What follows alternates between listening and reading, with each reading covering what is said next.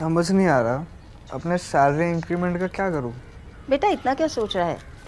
अपने mutual funds के SIP का टॉप अप करा ले। This is the right time. क्या? समझ में नहीं आया। बेटा इतना क्या सोच रहा है? अपने म्यूचुअल फंड्स का एसआईपी टॉपअप करा ले। This is the right time. अब समझा।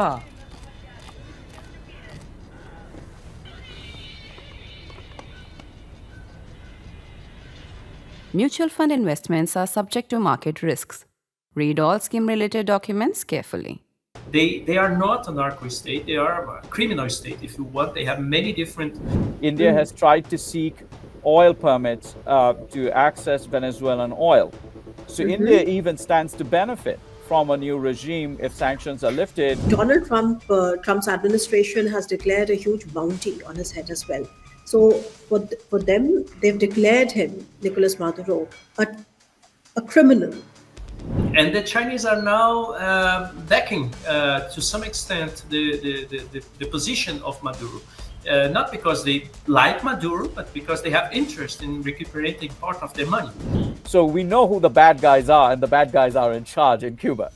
But in Venezuela, the bad guys are not even in charge of their own home. How did Venezuela become the state that it became? I mean, how did it become so hollowed out? What happened? It's unfair to blame Hugo Chavez for it, because this was a continuation of the AD and COPE sort of patronage politics that goes back into the 1970s. It's a disgusting government, if you want. It's an authoritarian government. It doesn't care to its own population. Maduro problem is one that has affected the United States quite deeply. So the first thing that Chavez did was to ask support to Putin. He was buying an insurance. He bought the jets, he bought the fighters, he bought the military support from the Russians. All of these lead to a situation where I would say Maduro may have to leave. It's time for him to go. Welcome to a fresh new episode of WorldView with Swasti, and today we look at the worsening security situation in South America. As you know, President Donald Trump has been issuing threats and has been, ordering ramping up of military assets in the Caribbean to ramp up pressure against Nicolás Maduro's regime in Venezuela. So, what is going to happen? Is Nicolás Maduro as isolated as he's made to look? What is going to be the view of Maduro's neighbors like Brazil or Cuba or Argentina, Nicaragua, etc.? And what is going to be the global position? And finally, what does Donald Trump has in mind? Is he going to taco yet again, or is he going to really deploy something which is serious and which is going to bring about a change in the regional security architecture? Or ultimately, is it again just about getting a better oil deal? So to unpack all of this and a very complicated situation at hand, I'm joined by two extremely distinguished professors. I'm very pleased to welcome Dr. Antonio Ramalho. Antonio is a professor of international relations at the University of Brasília, and he's a special advisor to the Brazilian defense minister. And he is a wonderful person. Thank you, Antonio, for taking the time out and waiting so long and joining me so early in the morning from Brasilia.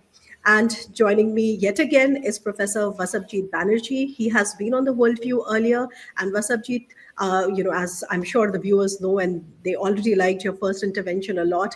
He's a professor at the University of Tennessee, and he, apart from being an expert on civil military relations, he's also an expert on the Latin American politics. And that is why, Vasabjit is here again. So, gentlemen, welcome to the WorldView with Swasti, and let's just start trying to unpack what is going to happen in that region. Let me just start with you, Vasabjit, because you are in the US. What do you make of Mr. Donald Trump's threats and his statements and his interviews? I mean, he seems to be very, very defiant when it comes to Maduro. Why does he dislike Maduro so much? Well, I think the Maduro problem is one that has affected the United States quite deeply, and this is a decades-old problem. It really is a Chavista problem that goes back, and I think it affects the entire region now. It would be a different story if it was contained within Venezuela, but Brazil is suffering, Colombia is suffering, Guyana is suffering in different ways. So let's just go over the list of problems that everybody is facing. The solutions are different, but everybody in the region is on the same page about the problems. Okay. So one of them is a refugee crisis. About 7.9 million Venezuelans are right now refugees out of a population of 28 million, which means more than a quarter of the population are refugees, and they're going somewhere, and they're going to regional countries. Okay. Again, solutions differ as to how to resolve this issue. Second, you have Venezuela's threats against Guyana to annex about 2/3 of it. This is the Essequibo crisis, and I've written on it recently. And this was really ramped up. This is an long-standing territorial dispute, but it was ramped up after Guyana discovered oil at the Stabroek Block, and I wonder why. And the real, the stand-up person, not person rather, but state that's been really doing a job is not just the United States, but Brazil, which deployed troops at the tri-border area to prevent Venezuela from taking advantage. So commendations to Brazil. So again, solutions differ, but there is some understanding that these problems are there. There's also state support of narcotics groups. Most of the narcotics to the United States does not flow through Venezuela. However, a large chunk of the narcotics to the EU does flow through Venezuela. Now, narco groups are connected one with another, and they compete with one with another. So saying that, X group is out of Venezuela, not Y, therefore we should not do, A, B, and C, doesn't mean it doesn't work that way, because these groups are connected or compete with one another. So there's that. And finally, there are Colombian insurgency groups, such as the LNA in Venezuela, supported by the Venezuelan government, as well as FARC dissidents. Venezuela's used these groups allegedly to leverage itself as leverage in Colombian politics. So there are a host of issues. On top of this, there is now a heating confrontation, one would not argue a Cold War between the United States and China, and Venezuela has massive Chinese investments as well as Russian weaponry and Russian investments. So on a lot of things, there is agreement about the goal. There is disagreements between the United States and regional actors about the paths to that goal. So I think that's what I would say. And President Trump, having spent a lot of time in Florida, having interacted with large numbers of folks who have been driven out of Venezuela, having tried to do a peaceful transition via an opposition leader, Juan Guaido, a few years ago and failed, and having seen another attempt in which Brazil was a part of a peaceful transition under Corina Machado and the opposition leadership last year after the stolen election of October 2024, having seen that failed as well, is now sort of frustrated that the peaceful means are going away and this gentleman is not taking an easy retirement. So that's the frustration and the long-running problems that are affecting not just the United States, but the entire region. I would say it's destabilizing politics as far as Chile because of the refugees from Venezuela. Thank you. Right. Okay, Antonio, how much of this do you sort of agree with being in Brazil? Do you sort of agree, and what is your perception of Venezuela as the narco state? Well, thank you again, Swasti. It's great being with you. I agree completely with the overall assessment that has been made. But I would disagree on in one point. From the point of view of Brazil, unfortunately, it's not that we like it. It is not a destabilizing issue. It's a stabilizer. If there are two countries in South America whose future we can predict more or less nowadays, which is Uruguay and Venezuela. Unfortunately, the fact that Maduro should have taken advantage of these opportunities to make a swift and peaceful transition, no matter what we wish or what we would like to happen, he has no reason, no material reason to give power. He has a very strong grip on power. He has a very effective intelligence system. He has part of the most important elites in Venezuela that made illegal businesses, not only narco. They are not a narco state. They are a criminal state, if you want. They have many different criminal activities, but they are not necessarily attached to narcotics. In fact, they facilitate the flow of narcotics through their territory. Just like Cuba also has never been a narco state. It has other problems. It's a disgusting government, if you want. It's an authoritarian government. It doesn't care to its own population. Many problems that we can identify that are very common among authoritarian countries, but they are not particularly linked to narcotics. Quite the opposite. Even for ideological reasons, Cuba, in fact, has helped combat drug trafficking to the U.S. for many years, despite all the issues the differences that they have. And Venezuela is the same thing. It's not particularly linked to this, but that doesn't mean that they will not be able to make money out of negotiating with drug traffickers to allow for a safer place, a safer haven for narcotics to get through Europe, basically, as he said. So in a sense, unfortunately, there was a huge pressure back with the Guaido issue, when the U.S. has made a very gentle, subtle build-up. It's not like what has happened now. But it failed. And back then, people said, well, now Maduro is out and so on and so forth. And they said, no way. I think that what's going on here is that Maduro understands that he's not isolated. The Chinese are finally, the whole economic situation in Venezuela has improved. The Chinese finally found an opportunity to try to recuperate part of the loans that they have given to the Venezuelan government, most of which have been siphoned to other places, to Turkey, to Iran, to safe havens, and even in the U.S. Yeah. And the Chinese are now backing, to some extent, the position of Maduro. Not because they like Maduro, but because they have interest in recuperating part of their money. Same thing with the Russians. When Chavez back then, 20 years ago, almost 20 years ago, tried to build up his air force with the support of the Brazilian Air Force and of the American Air Force, the American government said no. So the first thing that Chavez did was to ask support to Putin. He was buying an insurance.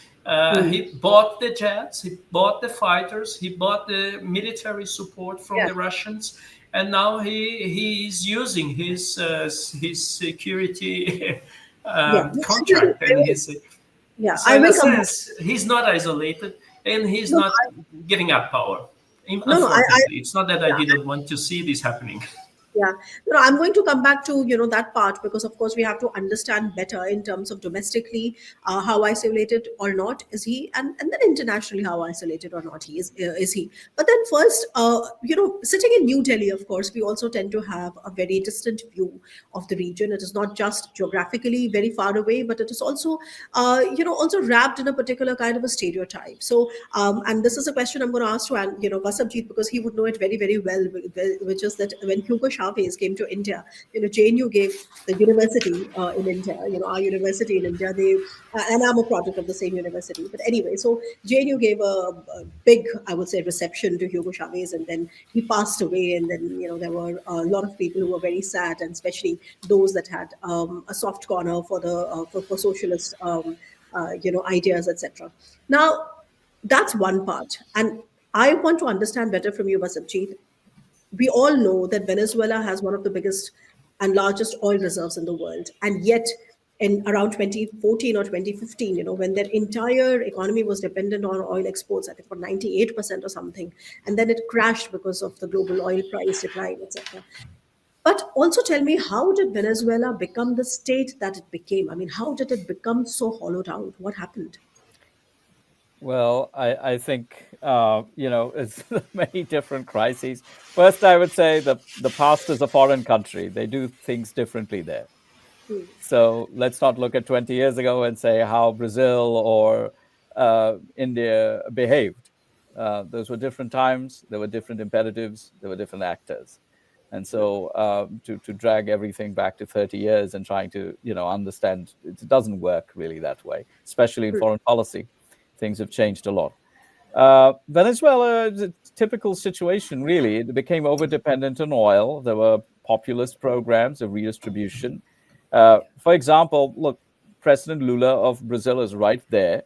And he did have he was a popularly elected, supported president, but then he introduced things like Bolsa Familia, which were extremely efficient, a world paragon of redistributive efficiency. So there were ways to do both. You can redistribute as well as be efficient about it. Brazil shows it. It's definitely a leader.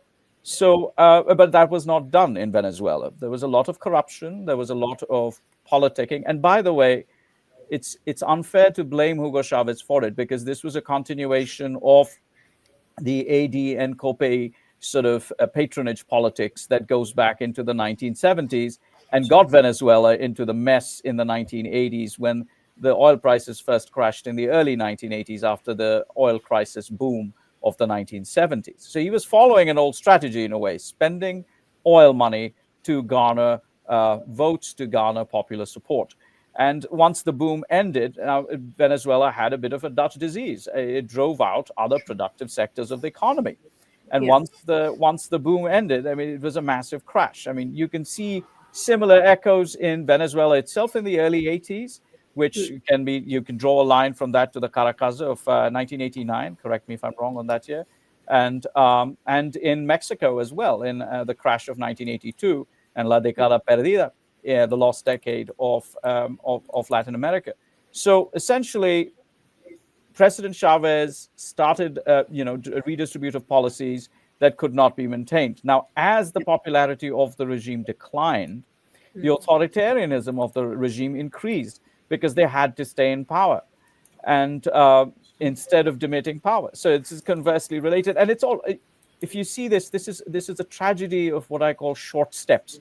Nobody planned this mess as it stands in 2025. It was always looking out for tomorrow, and how do we stay in power tomorrow?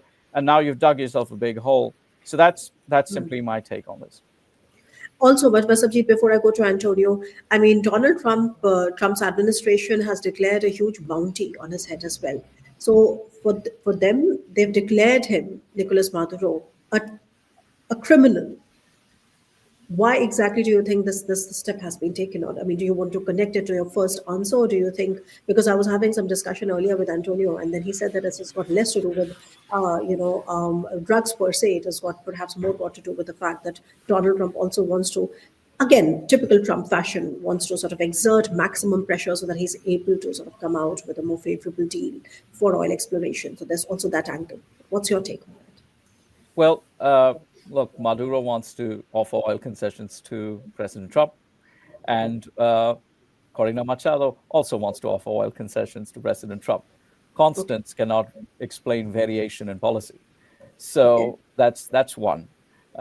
Secondly, I think the idea is to offer the bounty so somebody betrays him in the inner circle and gets a nice golden parachute retirement in the Spanish Riviera or Miami. That's the idea. But the problem has been, and Antonio is saying that he's spot on, if it is a criminal enterprise, everybody's in on it. Everybody's tapped into it.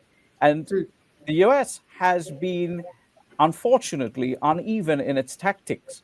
So it has not only pushed for peaceful transitions, it's also backed or legitimized post facto coups in Venezuela against the Chavista regime. And each round of failed coups have unfortunately led to the purge of opposition officers or officers who are not loyal, and have unfortunately made the military more loyal, introduced counterbalancing institutions like the colectivos, It has allowed for corruption to seep in as a way to maintain loyalty. So Yeah. coups have unfortunately, and the coups, by the way, go back before the Chavista regime started. So this is not again something. So on the backs, the coups have ultimately weakened the ability for the military to act as an independent institution, or generals to say that this is enough and we will take action. It is now under the control of the Chavista regime quite fully. So I don't know who would take this bounty and sort of go get a retirement. Okay, okay, Antonio, but help me understand again for the benefit of the viewers and of course for my own understanding.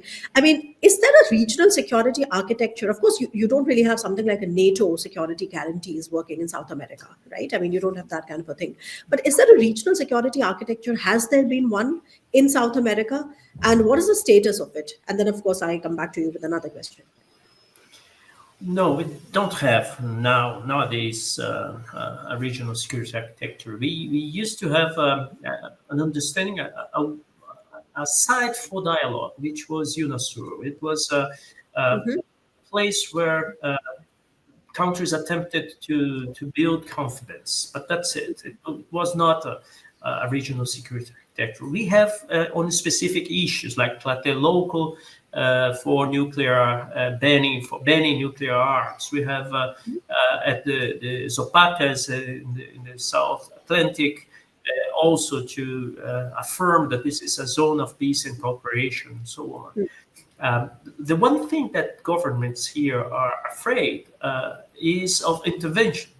Most governments have suffered coups during the Cold War with the argument that there was the internal enemies. Those countries have been victim of coups that were backed by the U.S. Back then, Venezuela was the growing and prosperous democracy that received thousands of immigrants that were escaping from the authoritarian governments in Chile, Uruguay, and so on.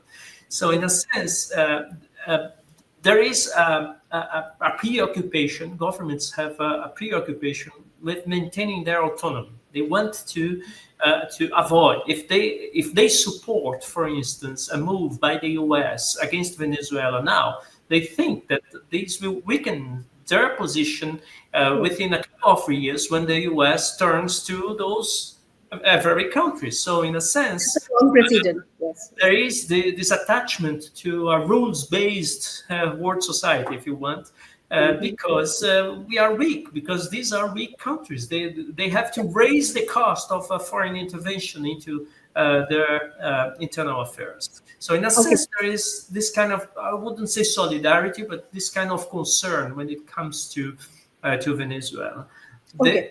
The other thing I would like to say, if allow me, just 1 minute, is that Maduro has, I agree completely with the assessment that has been made in regard to Maduro. The one thing I would add is that he has learned from Cuban's experience. Cuba has endured 70 years of pressures. They have a complete control of their society. It's not an efficient economic model, as we can tell, anyone can tell.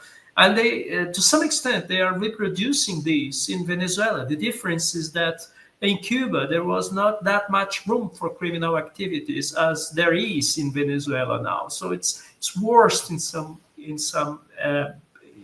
to some extent in Venezuela what is going on than what was going on in Cuba. They have the vision. They have a cause.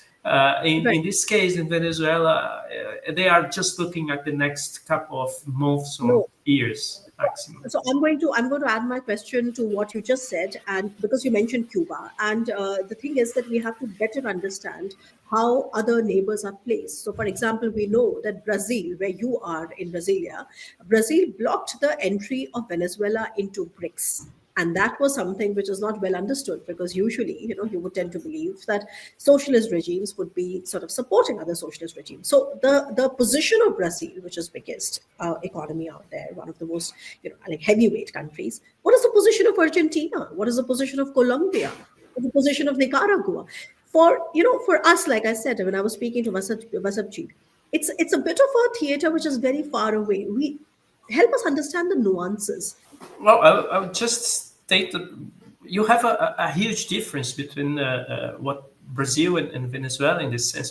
Brazil is not a socialist country. The Workers' Party is not a socialist country, a socialist party. They are left wing. They want to redistribute wealth, but maintaining the rules of the game, maintaining juridical security. Back then, in the two terms of Lula, bankers never made so much money as during those years. Lula was pressed at the same time that Lula and Bachelet were under pressure to change their constitutions in order to remain another term in Venezuela and in Colombia. In Venezuela, Chavez changed its constitution, and you see what came out of it. Uribe, it's not a matter of left wing or right wing. Uribe tried to change Colombia's constitution to remain a third term. He lost for one vote at the Supreme Court, and democracy remained. Brazil is a democracy. Lula has pressed as much as he could Maduro, and has talked to Maduro on a personal basis to try to convince him to allow a peaceful change. It's simply a different setting. Maduro is not a Democrat. He has never been. When you look at Cuba, when you look at Nicaragua, you are not talking about democracies. You are talking about authoritarian countries that happen to have a leftist narrative. Let's put it this way, because they are not concerned with the poor. Chavez was very smart because he understood. He took part of the money that was abundant at that time, and he understood that it would pay for him to go to the very poor suburbs and to set up small missions. So health, on education, and so on. It was the first time ever that a poor in Venezuela has received a visit of the state to ask how they were going. So part of Maduro's support, roughly 10 to 11% of the Venezuelan population, remember Chavez and say, well, that was a man who cared with the poor, who was concerned with us. It's the same sentiment that part of the Brazilian society has with Lula. The difference is that, unlike Chavez, Lula has a commitment to democracy. So he abides by the rules of the game.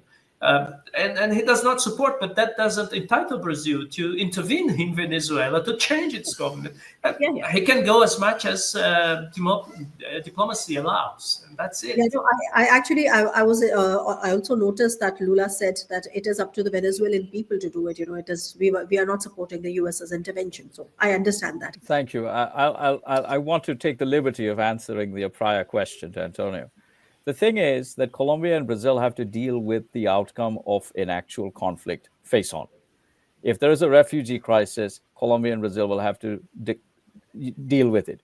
If dissident Chavista groups break up, these colectivos and ex-military officers loyal to the regime break up, cross the jungle over, they'll be in Colombia and Brazil. So Colombia and Brazil's already monitoring, has sent planes to monitor the shared border with Venezuela because they're afraid of groups crossing the border already. And that will destabilize areas in which the reach of the Brazilian and Colombian government already weak because of the jungle. I mean, it's not, the weak of any country, the writ of any country would be weak in a terrain like that. So there are variations. Within the countries, there are variations in terms of institutions, whether the Colombian military or the Brazilian military see the situation the same way or not, because they would be at the teeth of confrontation with any crisis that happens inside Venezuela. They will have to pay in blood if things go wrong in Venezuela and you have an influx of armed groups coming in. Same, it's to some extent with Guyana. Guyana too will have to pay a price, similarly. So there is regional variation. There is also a long-standing Latin American idea of the Estrada doctrine, that you recognize the regime of the country. You don't intervene, or you don't sort of refuse recognition. Goes back to the Mexican Revolution. You refuse recognition to a country based on whether you like the regime or not. So there is a Latin American push all over to sort of not intervene in politics. It goes back to certain very harsh realities of the 1960s and 70s, and I would argue even 80s in Central America. So there's some trauma there. That said, I would argue that Venezuela is sui generis. It is unique in how bad the situation is right now. It is unique in the sense that the Cuban state has many drawbacks, but it's not simultaneously an authoritarian state, and also a state in which large swaths of the area are not controlled by the state, but by third-party actors. So we know who the bad guys are, and the bad guys are in charge in Cuba. But in Venezuela, the bad guys are not even in charge of their own home. So we don't know. And that's what Brazil and Colombia fear, that they know that the bad guys are not in charge of their own home, and they are afraid of all the other people who are in charge of the different rooms of the homes, and that they would then make way into Colombia and Brazil. So there are real stakes for these nuances. So, all right, Vasabjit, thanks for that elaboration. But now I want to ask you something that has been really doing the rounds in the Indian strategic circles and a lot of social media discussions. I think a common Indian audience viewer is really keen to understand. And they often tend to do this comparison with the Cuban Missile Crisis of 1962, because while there are differences, but there is a certain similarity, especially when you're looking at it from New Delhi's perspective. I mean, do you think it's a correct comparison to make? If so, why? If not, why? I don't think it's akin to the Cuban Missile Crisis in any way. I think it's much more akin to the Panamanian operation in the late 80s, Operation Just Cause, in which the United States went in to remove the Panamanian dictator Noriega, and so that's that. But in terms of on the ground, it's distinct because Venezuela is a much larger state with a much larger population. The United States had a functioning base inside Panama. I mean, the Panama Canal area. It had it had a greater ability to control things in Panama than it would, any country would, in a country the size of Venezuela. Also, the presence of foreign actors in the Cuban Missile Crisis. In the case of the Cuban Missile Crisis, the Soviet Union is very little. This is Venezuela is basically on its own. It has some Russian support. I know an Ilyushin 76, a couple of flights of Ilyushin 76 have landed in the last month, October 15th. What were they carrying? I mean, is it a doubt? What exactly were they carrying? They were carrying candy. We don't know. They flew through North Africa and West Africa before landing in Venezuela. So they could have been carrying personnel to repair to the kind of kit that they have from Russia, which includes anti-ship missiles, which includes the Su-30 Mk2 fighter jets with the Kh-31 anti-ship missiles. It might also include some of the kit on their naval assets that they have. So we don't exactly know their radars as well. So there could be the whole host of things. Personnel, there could be man pads, which are shoulder-launched missiles, Igla-S. Igla-S, they also use that. So it could be small, but what it couldn't be, and what I'm looking for information on, is whether there were any AN-124s that landed, because that would be able to carry the S-400, because it's a much larger aircraft. Thank you. Related to that, Vasabjit, is a clearer question, which is that considering the kind of buildup that you see right now in the Caribbean by the United States, do you think it is indicative of a full-fledged invasion, or do you think this is more to ramp up pressure? Because Venezuela is also big territory, forests, jungles, rivers, big population. So what do you think is really happening? There aren't enough people for a land invasion. There just isn't. It's about, they need 2/3 more. It's about 25-30% of the people that they need, soldiers that they need for a land invasion.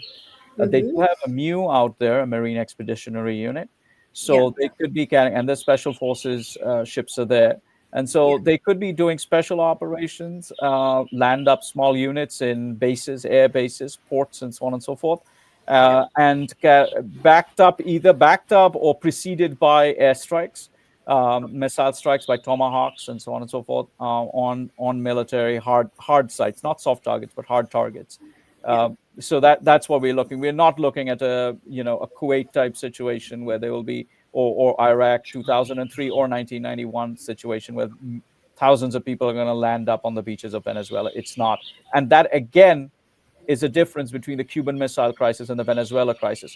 Because during the Cuban Missile Crisis, the United States was actually preparing to properly invade Cuba if things failed. None of that's going to happen. All right.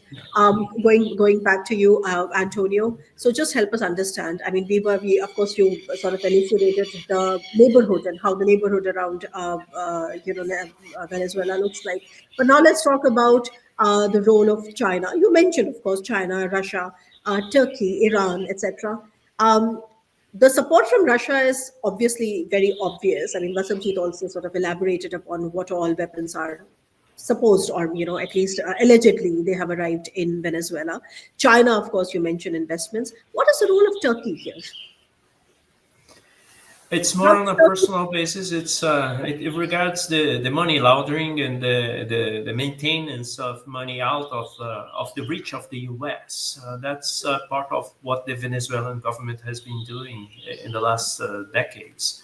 So they have spread their money in different sites, so they can have a better expectation that they will have access to this money later on if they're pushed out of the country. But they don't count leaving the country. It makes no sense for them to do that.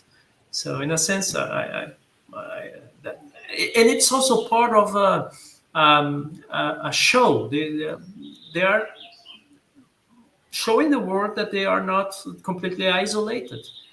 So they have part of the support of some Caribbean countries. They have Nicaragua, they have Cuba. They ask CELAC some part of solidarity, and they also have friends abroad. So that's what they are doing. But they are counting on the Russians, in fact. That's what this is about, and the Chinese because of their interests. And that's the root cause. I would say that the important thing to keep in mind is that Trump is also sending messages to China and to Russia. He's in fact saying that, well, this is my area of influence. I can do whatever I want here because I am the great guy here. That's his way of thinking. And tacitly, what he's communicating to Xi Jinping and to Putin is that if you allow me to do whatever I want here, I will do the same with you in your own surroundings. So let's build up this kind of tacitly understanding among ourselves, and let me do whatever I want in my backyard, because that's it's the term that his Secretary of State has used. We have to resume our place in our backyard. That's their vision. And Russia does not have a different vision in regard to Ukraine or Georgia. And China has not a different vision in regard to the South China Sea. So we have to understand that there is a communication going on at this level of high politics, if you want. Right. Vasabjit, I'm going to ask you this one last question. First, I'm going to come to you, and then I'm going to sort of wrap up with Antonio. But what is your reading, of the opposition leader, who, of course, got the international limelight because of the Nobel Prize as well? I mean, she outdid Donald Trump, and she was the one who got the Nobel Prize. So what is your view on her political longevity, let's say that? And second, do you see any chance of the Maduro regime falling, not just because of invasion, because of internal domestic pressure or something like that? Thank you. I just want to add to the question about that what Antonio said. I agree largely about the spheres of influence. The only thing I would say is Russia is not part of the equation in that sense. It's China and the United States. Russia is no longer Russia is like Britain now in the 1950s and 60s. And France in the Britain 1950s and 60s. It's a declining power that the Trump administration sees, unfortunately, because it was wanted to separate the two as part of the Chinese sort of sphere. So that said, the opposition in Venezuela is not as united as it seems. But if oppositions have stayed out of power for so long, oppositions do get fragmented. And if you're talking about Brazil in the 1980s, 70s, and 80s, the opposition Chile in the same way. Stay out of power for too long, people make sort of extremist claims, have forget their role in bringing about the mess in the first place. And so yes, but I do believe that she's charismatic. The Nobel Prize has really helped. She's a unifying figure, and she has not expressed, at least to the best of my knowledge, any desire for revenge.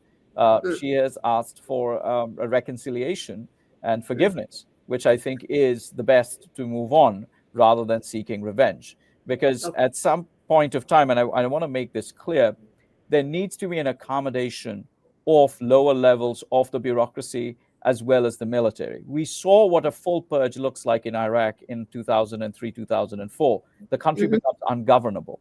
So yes, there could be a decapitation of the highest levels of the Maduro administration, but there needs to be a modus vivendi and, in fact, cooperation with those who had to join the regime because their jobs depended on it, or they just wanted to lead a decent life. And I think that she would be able to make that happen, a forgive and forget sort of attitude to moving on for a peaceful future. And what do you see happening to Maduro? Do you think he's going to stay on, or do you think the if not the international but the domestic pressure perhaps could see a kind of a ouster or something like that, or do you think this is just wishful thinking? Antonio, she left the worst question for me, and I would say, I cannot bet on whether President Maduro lives, but or lives or leaves. And I think that's the best way to put it. But I do think that the United States doesn't see a way out, because there are second and third order issues here that Brazil and Colombia will have to face up. And they are well known. As I've said, state collapse, violence, insurgent groups getting into there. But there is no other option. And this goes back to what Antonio said. Venezuela is a great base for China. Medium-range missiles can reach the Panama Canal area. It's about 1,700 miles away from Panama Canal, if I'm not wrong.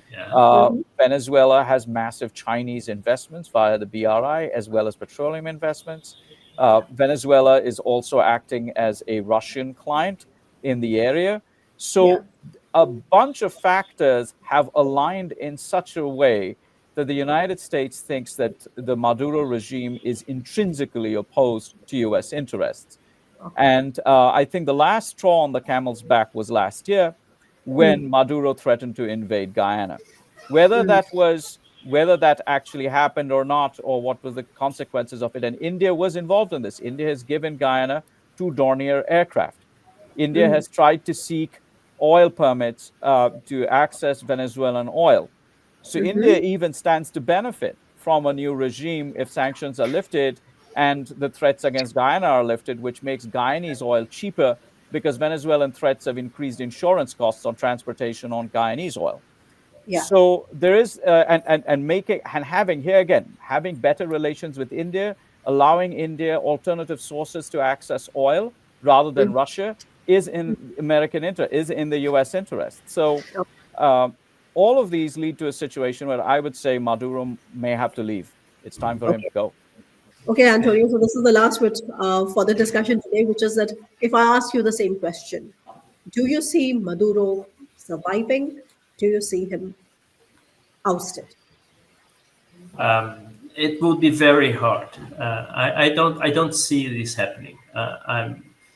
I understand the whole set of interests. India is already there. Brazil also. They are taking advantage of the facilitation of contracts. Venezuela has changed its legislation to allow for private investments and joint ventures that allow for the resuming of the economy. They have grown over 8% last quarter. It's huge. Maduro understands that he needs to better to improve the economic conditions for the population in order for him to remain in power. I agree that this is the time for him to get out, but he doesn't agree with this, and he is not sharing. I don't see Maduro, for instance, doing what Zelensky did, which is to say, I will die for my position here or for my country. He's not an idealistic person, but he doesn't. In his calculations, he doesn't see himself living better in Russia, in Turkey, in Iran than in Venezuela now, or even Cuba than in Venezuela now. So he has no reason to give up. He won't do that. He won't resist as a hero, but he will resist as much as he can. And he's very smart. People tend to underestimate Maduro. He understands how to control the moods of the Venezuelan elites, and he has a very active way of negotiating with the Chinese, the Russians, and so on. So I don't see he giving up. Okay, that's interesting. So the two experts have sort of a different view on what is perhaps is going to happen, but of course, we are all sort of watching that very closely. And on that note, I have to thank the both of you for taking this time out and joining me for WorldView with Swasti. And it was extremely enriching as always. And we are looking forward to what is happening in South America. So thank you, Antonio, and thank you, Vasabjit. Thank you so much. Thank you so much. It was great being with you.